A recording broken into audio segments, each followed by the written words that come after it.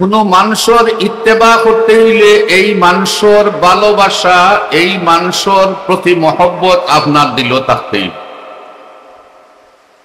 ওখানে হইল কি একটু বেড়া কতটুকু নবীরে ভালোবাসতে হইব। কেউ কেউ তারার কিতাবও লেখছেন যে বড় ভাইয়ের সমান ভালোবাসা বা শ্রদ্ধা নবীরে দিতে হইব। দূরে হোক না, আউযুবিল্লাহ।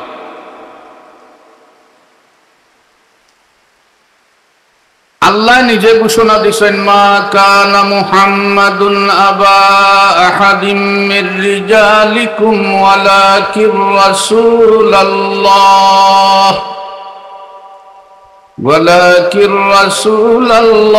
ওয়া খাতামান নাবিয়্যিন।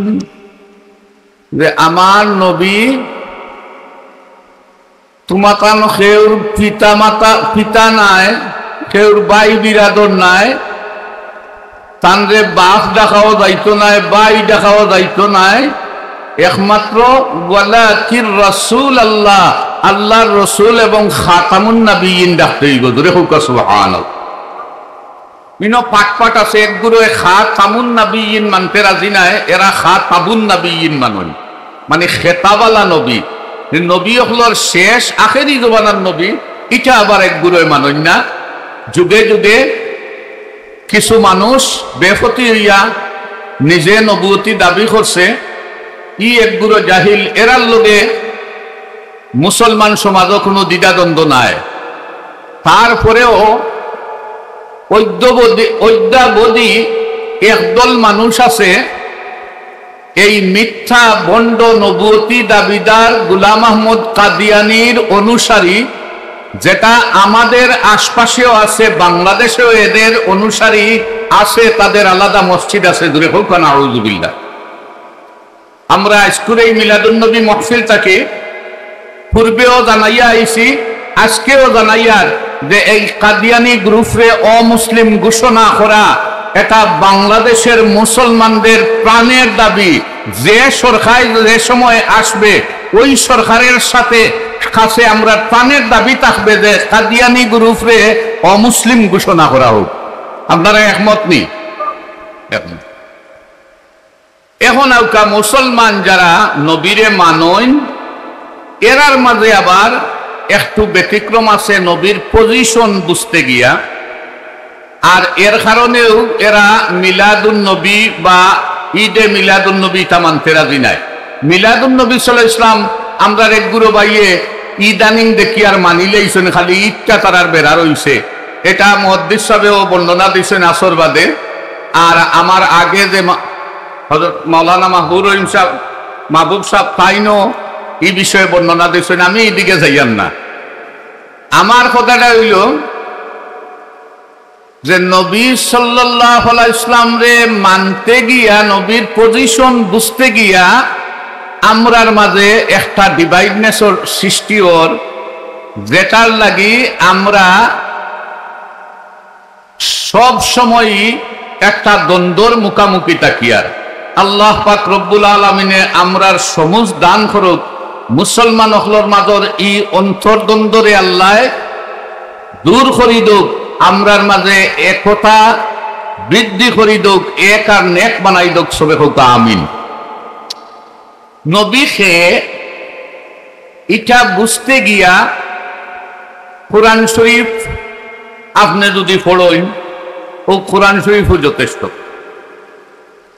নবীর ইজ্জত হুরমত বুঝতে গিয়া, নবীর পজিশন বুঝতে গিয়া কোরআন শরীফই যথেষ্ট। আপনি দেখো কোরআন শরীফ ও আস্থা কোরআন শরীফ পড়িয়া দেখবা আদম আলাইহিস সালাতু ওয়াস সালাম থেকে লইয়া ঈসা আলাইহিস সালাতু ওয়াস সালাম পর্যন্ত যত নবী রাসূল দুনিয়াতে আইছেন, তারার কৌমর মানুষে এরার বিরোধিতা করছে, এরারে জাদুঘর হইছে, এরারে পাগল হইছে। দূরে হোক না, আউযুবিল্লাহ। আল্লাহ তখন হইয়া দিছেন ও নবীরে যে তুমি হো আমি পাগল নাই, তোমরা পাগল। তারা যখন একটা গাইল দিছে, আল্লাহ নবী দিয়া তার জবাব দেওয়াইছেন। ব্যতিক্রম সারা কোরআন শরীফ আতাইয়া দেখো কা, নবীরে যখন কাফির হলে কোনটা হইছে, তখন নবীরে দিয়া, আমরা নবীরে দিয়া, আখেরি জবানার নবীরে দিয়া আল্লাহ জবাব দেওয়াইছে না। আল্লাহ নিজে এই কাফির হলর গালির জবাব দিছে, জুড়ে হোক সুবহানাল্লাহ। এরটা কি নবীর ইজ্জত কতখান আল্লাহর গেছে, এটা মুমিন মাত্রেরই একটু চিন্তা করলে তার বিবেকের মাঝে যাওয়ার কথা। যেমন দেখো কা আরবের কাফির মুশরিক হলে নবীরে মজনুন কইছে, পাগল, পাগল গালি দিছে। আল্লাহ কইতা পারতা হে নবী কইয়া দৌকা আপনি আমি পাগল নাই, বরং আল্লাহ জবাব দিছেন নুন ওয়াল কলামি ওয়া মা ইয়াসতুরুন মা আনতা বিনি'মাতি রাব্বিকা বিমাজনুন। গুরে হোক সুবহানাল্লাহ।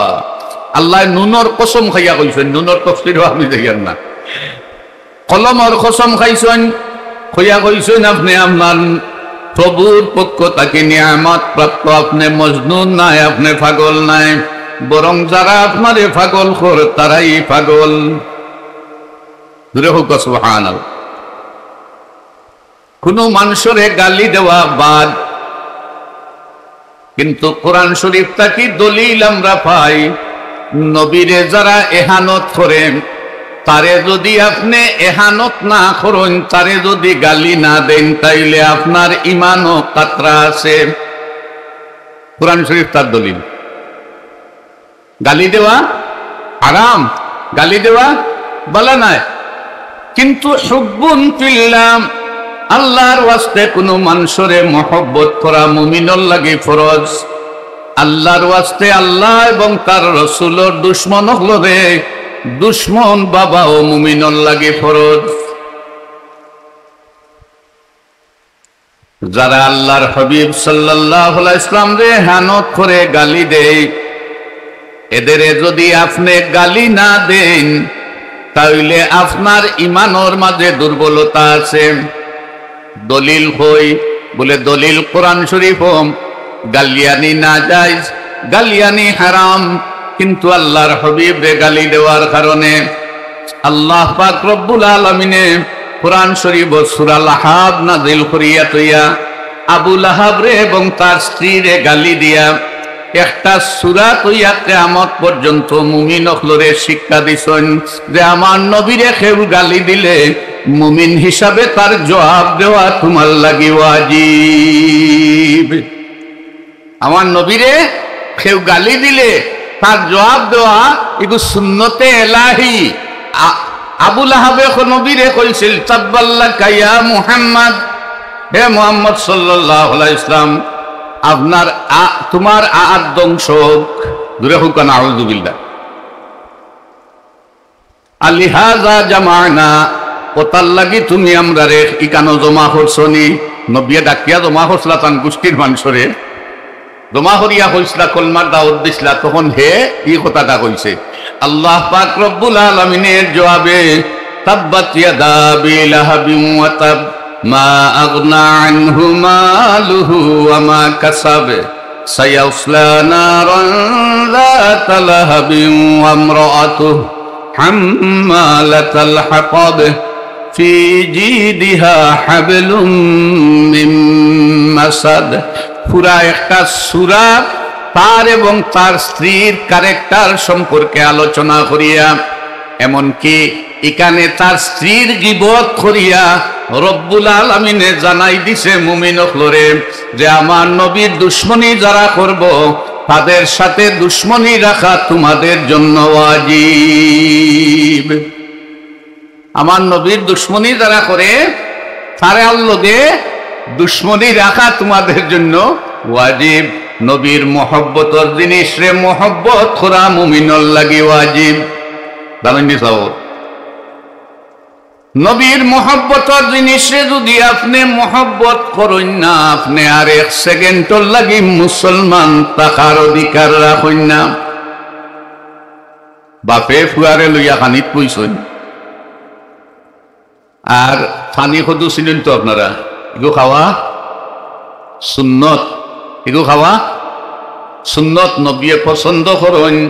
ফুয়াই কয় বাবা আমি সদুটা পছন্দ করি না, খাই না, বালা খাই না। বাবা এখন এটা আমার নবীয়ে পছন্দ করতা, বাবা খাও।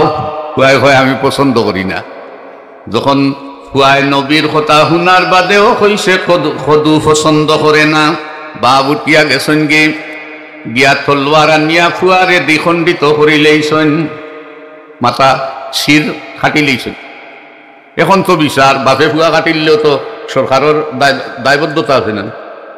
বিচার ইমাম আবু হানিফা রহমতুল্লাহি আলাইহির গেছে যাওয়ার বাদে ফতোয়া এল যে এই মানুষের শির খাতাটা ঠিক আছে, কারণ নবীর পছন্দিদার জিনিস কেউ অপছন্দ করলে আর যদি সে মুসলমান হয় তাইলে তারে কাতল করাটা শরীয়তের মাসআলা অনুযায়ী ওয়াজিব।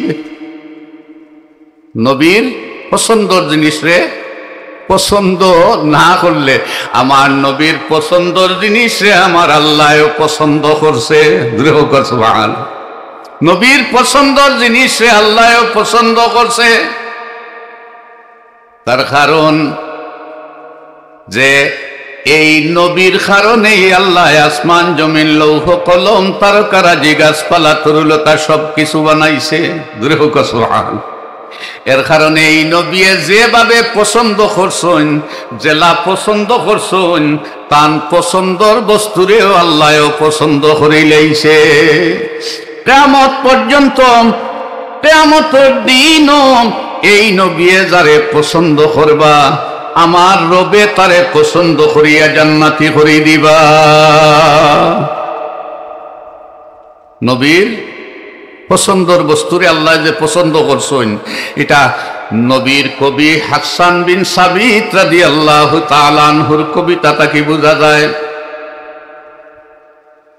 ওয়া আহসানুল মিন কালাম তারাকাত আইনি ওয়া আজমালু মিন কালাম তালিদিন নিসাউ খুলিকতা মুবাররাম মিন কুল্লি আইবিন কাআন্নাকা কাদ খুলিকতা কামা তাশাউ। জোরে হোক সুবহানাল্লাহ। হাসান বিন সাবিত রাদিয়াল্লাহু তাআলা আনহু আল্লাহর হাবিব সাল্লাল্লাহু আলাইহি ওয়াসাল্লামের সামনে দাঁড়াইয়া যখনই আল্লাহর হাবিবের গুণকীর্তন করতাম, আল্লাহর রসুলে কইতানি হাসান তুমি বইয়া হোক, হইতানি যাব। হাদিস শরীফ বার করে দেখো কাম আল্লাহর হাবিব সাল্লাল্লাহু আলাইহি ওয়াসাল্লামে হাসান বিন সাবিত রাদিয়াল্লাহু তাআলা আনহুরে কইতা, হাসান তুমি মিম্বরে উঠিয়া দাঁড়াইয়া আমার গুণকীর্তন করো, আমার বংশর ইজ্জত আর হুরমতের বিষয়ে তুমি বর্ণনা দাও। হোক সুবহানাল্লাহ। মিম্বরও দাঁড় করাইয়া নিয়া।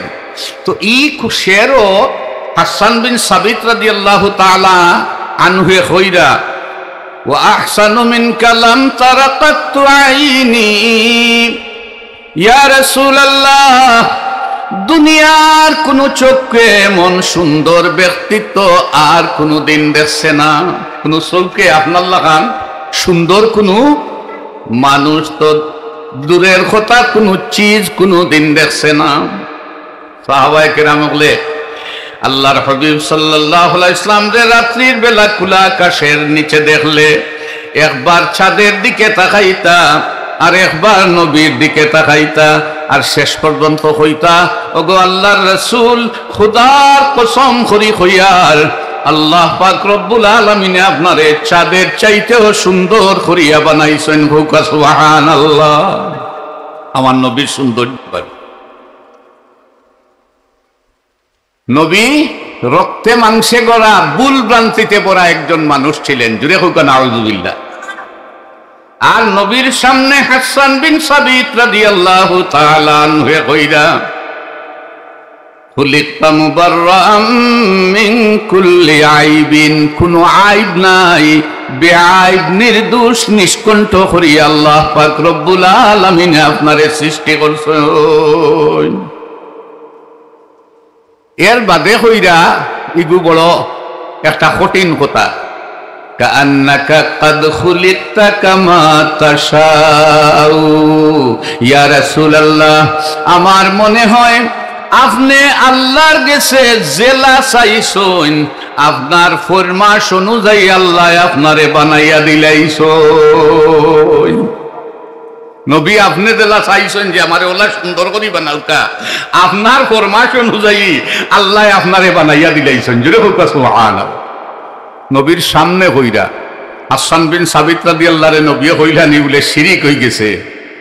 হাসান বিন সাবিত রাদিয়াল্লাহু তাআলা আনহু যে সময় নবীর শান কবিতা গাইতা, আল্লাহর হাবিব সাল্লাল্লাহু আলাইহি ওয়াসাল্লাম তানরে মিম্বরে উঠার নির্দেশ দিতা। হোক সুবহানাল্লাহ।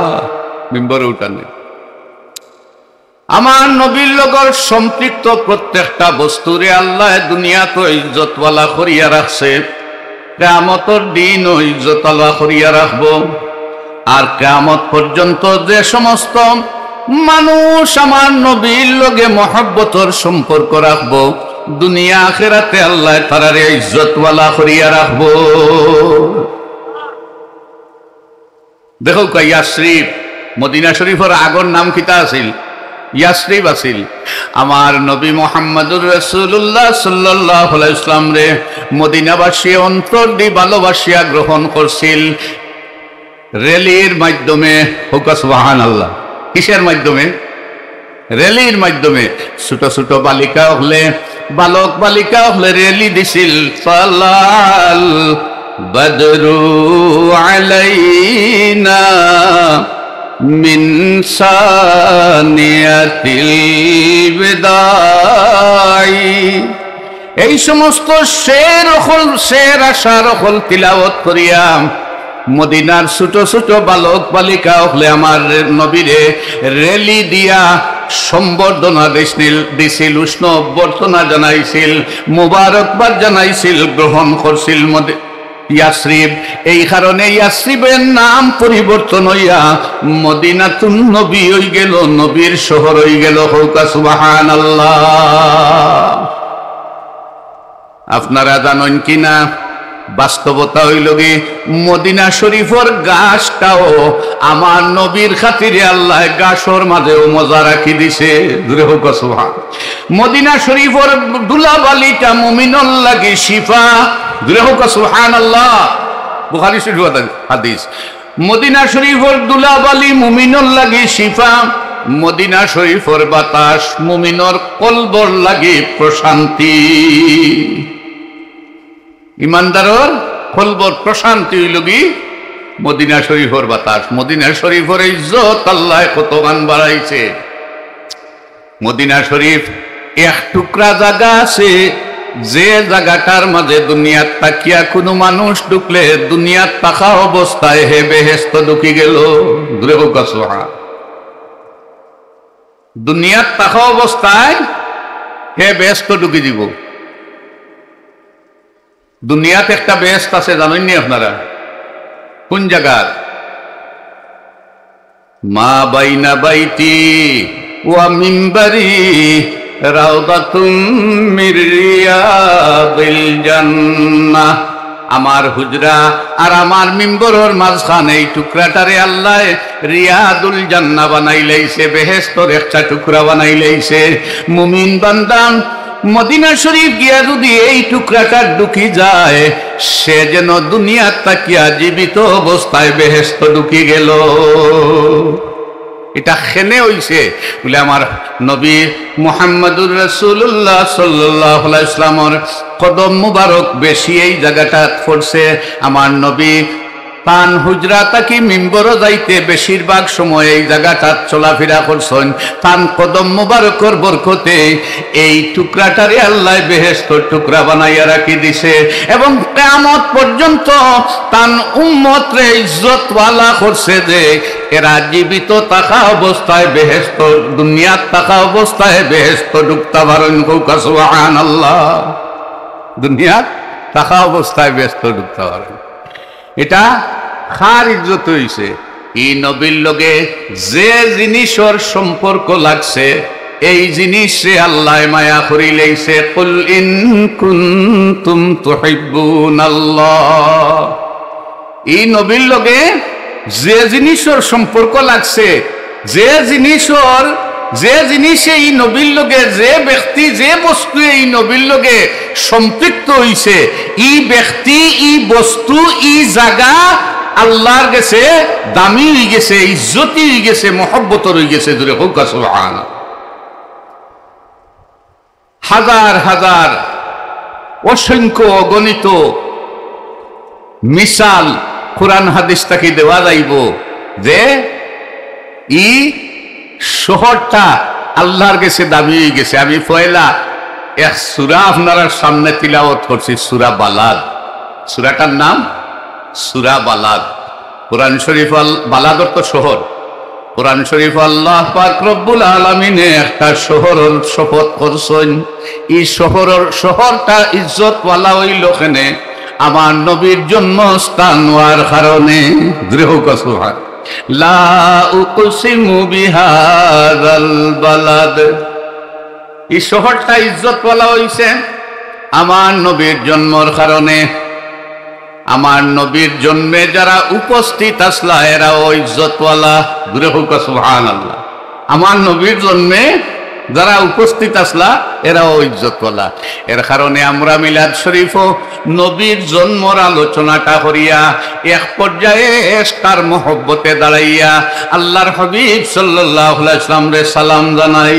দূরে হোক সুবহানাল্লাহ। খেনে বলে এই জন্মের সময়ে যা কিছু ঘটেছে, যারা এখানে উপস্থিত ছিল, যারা এই নবীর জন্মের সম্পৃক্ততায় আসিল, আল্লাহ পাক রব্বুল আলামিনে তারার ইজ্জত ওয়ালা করিয়া রাখি দিছে। যে আবু লাহাব রে গালিয়াইয়া আল্লাহ কোরআন শরীফে একটা সূরা নাযিল করে দিছে। এই আবু লাহাব যেদিন আল্লাহর হাবিব সাল্লাল্লাহু আলাইহি ওয়াসাল্লাম দুনিয়াত তশরিফ আনন, আবু লাহাব তার বাগানো খামো আছিল। তার দাসী সুয়াইবা গিয়া রহমতে আলম সাল্লাল্লাহু আলাইহি ওয়াসাল্লামের জন্মর সংবাদটা দিল। কিতা কইয়া দেখ নবী হইছেন দুনিয়াত কেন কইয়া নি না আপনার এক এতিম বাতিজা দুনিয়াত তশরিফ আনছেন। দূরে হোক সুবহান। আপনার এক এতিম বাতিজা দুনিয়াত তশরিফ আনছেন। তে বাই নাই বাতিজা শুনিয়া খুশি না নেই? খুশি হইয়া আবু লাহাবে তার এই দুই আঙ্গুল দিয়া সুয়াইবিয়ারে আজাদ ধরিয়া দিলাইছে। সুবহানাল্লাহ। আল্লাহ তার হবিবর জন্মর খুশিতে নবী না জানিয়া নাই, তার এতিম বাতিজা জানিয়া তার জন্মে খুশি হওয়ার কারণে যে দুই আঙ্গুল দিয়া সুয়াইবিয়ারে আজাদ ধরিয়া দিছিল, এর বদলাও তারে মরার বাদে দিছে। সুবহানাল্লাহ। সিরতর সমস্ত নির্ভরযোগ্য কিতাব বার করি দেখো কাম আব্বাস রাদিয়াল্লাহু তাআলা আনহু তারে স্বপ্নে দেখলাম মারা যাবার বাদে আবু লাহাব রে জিকাইলা, আবু লাহাব খবর কিতা? বলে খবর তো খুব খারাপ, যেটা করছি এর বদলা পাইছি। তবে প্রতি সোমবারে রব্বুল আলামিনে আমার এই দুই আঙ্গুলের মাথা অথবা এই দুই আঙ্গুল একত্রিত করার বাদে যে ফাঁক জায়গাটা রয়ে, এই ফাঁক দিয়া বেহেশত থেকে এক ফুটা পানি আমারে পান করানো হয়। যে পানি পান করার বাদে আমি সারা সপ্তাহের কষ্টটা আমার লাগবই যায়। আমার কথা হইল আবু লাহাবের মতো কাফির যারে আল্লাহ পাক রব্বুল আলামিনে গালিয়াইয়া কোরআন শরীফে একটা সূরা নাযিল করছে, কিয়ামত পর্যন্ত মুমিন হলে তারে গালিয়াইয়া এক হরফে 10টা নেকি হইবা। এক হরফে 10 নেকি। খেনে বলে সে আমার নবীরে গালিয়াইছে, এর কারণে এই তারে গালি দেওয়া সুন্নতে এলাহি। এটা সুন্নতে এলাহি। নবীরে যারা ইহানত করে, নবীরে যারা গালি দেয়, তারে গালি দেওয়া, তারে ইহানত করা, তার লগে শত্রুতা পোষণ করা মুমিনের ঈমান, ঠিক কিনা? এটা মুমিনের ঈমান, এটা আল্লাহর দেওয়া দলিল। যে আবু লাহাবে নবীরে এত কষ্ট দিছে, আল্লাহ পাক রব্বুল আলামিন এই কষ্ট সহ্য করতে না পারিয়া একটা সূরা নাযিল করিয়া তারে গালি দেওয়ার লাগি মুমিন হকলরে কিয়ামত পর্যন্ত পথ খুলিয়া রাখিয়া দিছেন। সেই আবু লাহাব নবী হিসাবে নাই, এতিম বাতিজা জন্ম নিছেন হিসাবে খুশি হওয়ার কারণে তারে বদলা দেওয়া হইল।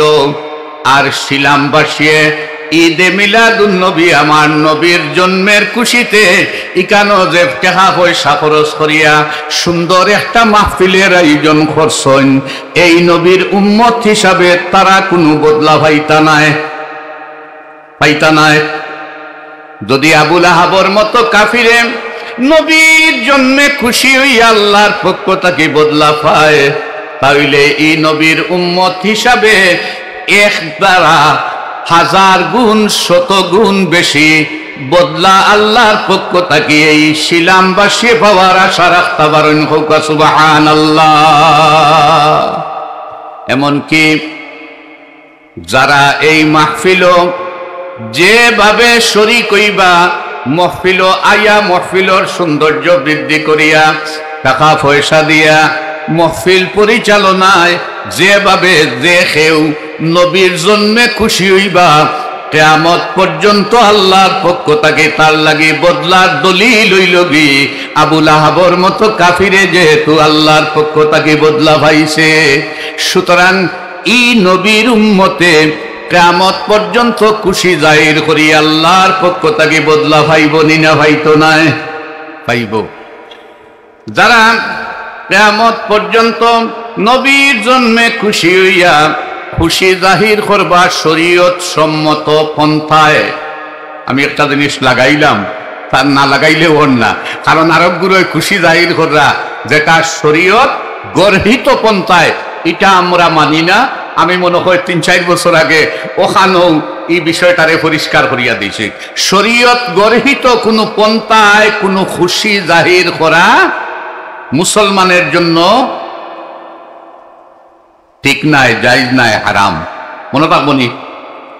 এছাড়া মুসলমানে আল্লাহর পক্ষ থেকে যখনই সামান্য কোনো দয়া পাইব, তার লাগে খুশি জাহির করা আল্লাহর নির্দেশ। তার নির্দেশ আল্লাহ নিজে ফরমাইরাম, কুল বিফাদলিল্লাহি ওয়া বিরহমাতিহি ফাবিযালিকা ফালইফরাহু হুয়া খায়রুম মিম্মা ইয়াজমাউন। আল্লাহ নিজে কইরা না কইরা নবী আপনি কইয়া দৌকা, সুবহানাল্লাহ কইতা না। নবীরে দিয়া খোয়ানির মানি হইল কি মুফাসসিরিনে কেরামক লেখেন, এই আসমান জমিনে যত নিয়ামত আল্লাহর আছে, যত রহমত আছে, সমস্ত রহমত নিয়ামত এই নবীর খাতিরে। সুবহানাল্লাহ।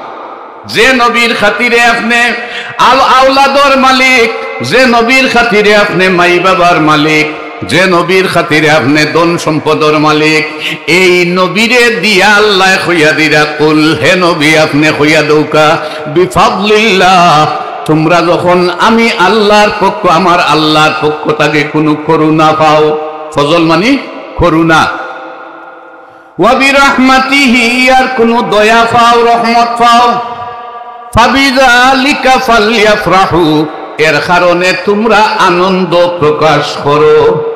সুবহানাল্লাহ। তাইলে আপনি যখন একটা আওলাদ পাইবা, এই আওলাদটা আল্লাহর পক্ষ থেকে দয়া কিনা না, আপনি দুরিয়ানটা অর্থন।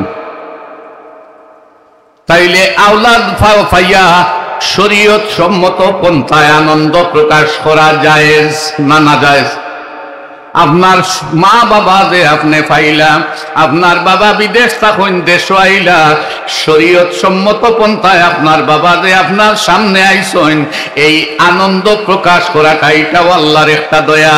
এই আনন্দ প্রকাশ করাটা আপনার লাগি জায়েজ। কোরআন শরীফে দলিল কর, কুল বিফাদলিল্লাহি ওয়া বিরহমাতিহি ফাবিযালিকা ফালইফরাহু। যখন আপনি বালা কুন্তা পান, তখন আনন্দ প্রকাশ করা আপনার লাগে ঠিক আছে, জায়েজ আছে। আল্লাহর দয়া পাইলে আনন্দ প্রকাশ করতা, এই আনন্দ প্রকাশ করাটা আপনার লাগে কি হইব? আপনি আনন্দ প্রকাশ করলে লাভ কিতা? আল্লাহ কইরা হুয়া খায়রুম মিম্মা ইয়াজমাউন, তুই যত কিছু সঞ্চয় করছ দুনিয়াত, সঞ্চয় বলতে জান ধন মাল ইজ্জত যা কিছু সঞ্চয় করছ, সব কিছুর চাইতে এই আনন্দ প্রকাশ করাটা আমি আল্লাহর কাছে উত্তম। সুবহানাল্লাহ। হুয়া খায়র, এটা উত্তম। তুই দুনিয়ার যা কিছু মিম্মা ইয়াজমাউন, যা কিছু জমা করছ, সঞ্চয় করছ, তোর সমস্ত সঞ্চয় হইতে আমি আল্লাহর কাছে উত্তম হইল কি তুই আমার রহমত পাইয়া, আমার নিয়ামত পাইয়া, আমার করুণা পাইয়া যদি আনন্দ প্রকাশ করস। সুবহানাল্লাহ। বন্দা খুশি হইলে আল্লাহ বেদান নিছাব বল, আল্লাহ খুশি। আল্লাহ পাক রব্বুল আলামিন আমাদের বুঝার তৌফিক দান করুক। ওয়া মা আলাইনা ইল্লাল বালাগ।